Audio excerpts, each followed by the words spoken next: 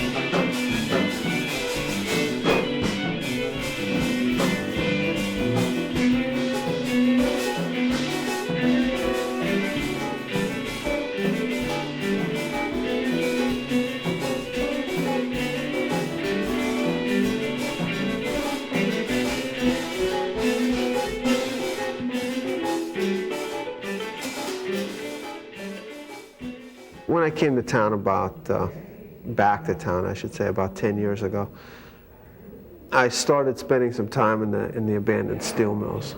And one thing that struck me walking through the mills, first of all, seeing these monolithic, structures, that to me were reminiscent of something like the Aztecs or Stonehenge or something like that. This is cotton, 100% cotton. Some of it is cellulose fiber, and some of it is from rag. The blue is from blue jeans.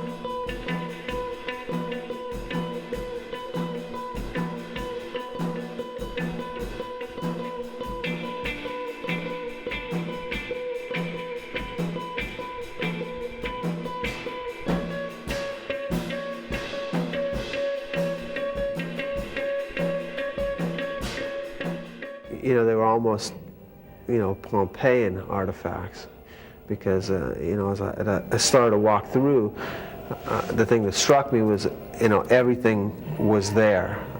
The tools were there, the goggles were there, coats were there, shoes were there, everything but the skeletons. I mean, so that would be the one thing that your eye would almost like fill in for you. It almost looked like, if I could say, like a neutron bomb, had, or something. You really didn't know, if I had come from someplace that I didn't know what had happened. The question would have been in my mind as if I would have stumbled upon Pompeii. What happened here? Was it a natural disaster? Was it a man-made catastrophe? Why are all the artifacts here and no people? Was it a neutron bomb? Did it take out all the people and just leave their tools and their there were pads with notes on them that were opened. It was very eerie, to find things left like that. There was a piece that I have that I took. There was a note scrawled on the wall, the end, and it had the date. Someone had obviously taken that date when the mills closed and just written it right on the wall, the end. You want to, keep that illusion. It looks like it's granite, but you want it to work. You don't want anyone to even think for a minute that it's paper. Unless they come up and go. And they go, wow, that's what. So it's, kind of the ultimate trompe l'oeil, which I guess is what this is, right? Bab Ili, B-A-B-I-L-I, and it's the root word for Babel, and, Tower of Babel. And what they figure out, it means gates of the gods, and what they figured that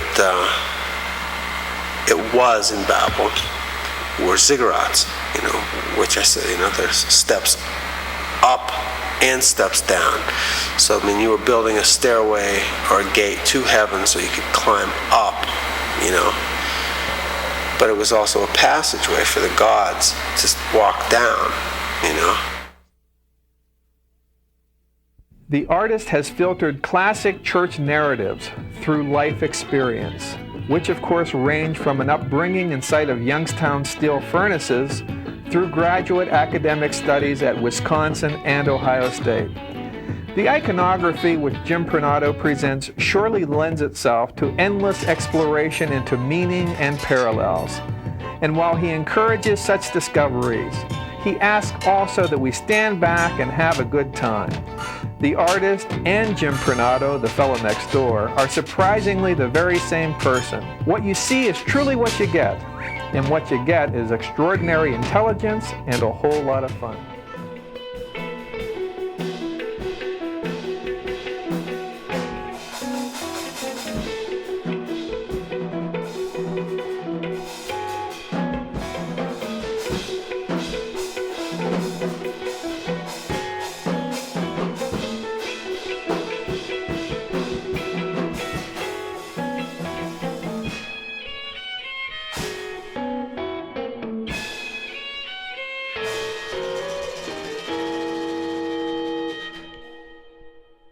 It's called genetic engineering, or genetics and the four seasons. This is spring, summer, autumn, and I guess it's Frankie Valley.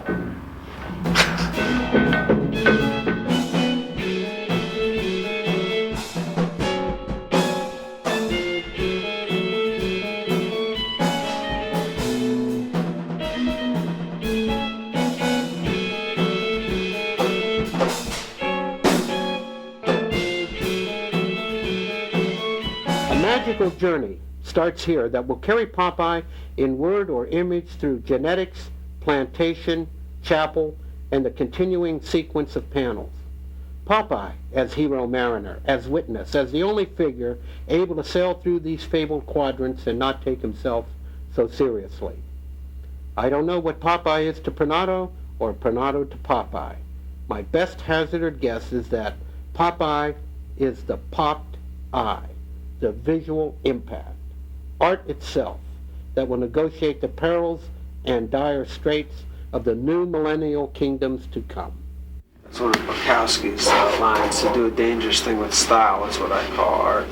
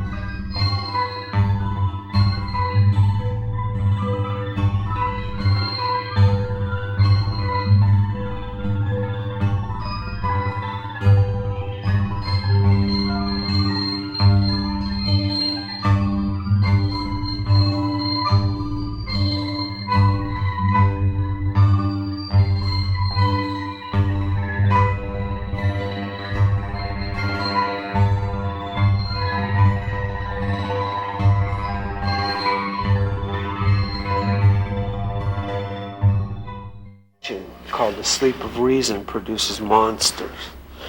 You know, when reason sleeps, monsters are produced. You know, and it's this painting. It's a print actually, and person sleeping. These bats are flying over his head. My fantasy of Pernotto is as Melville described Perth, the blacksmith, at his forge in Moby Dick. While yet a little distance from the forge, moody Ahab paused, till at last Perth, withdrawing his iron from the fire, began hammering it upon the anvil, the red mass sending off sparks in thick, hovering flights, some of which flew close to Ahab. Are these thy chickens, Perth? They are always flying in thy wake.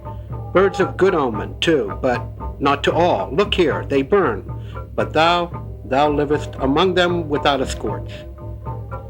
Because I am scorched all over, Captain Ahab, answered Perth, and not easily canst thou scorch a scar. Thin, gracious, handsome man that he is, Pernotto hardly fits the burly blacksmith image, but there's no doubt about the work, the commitment, and the scorching.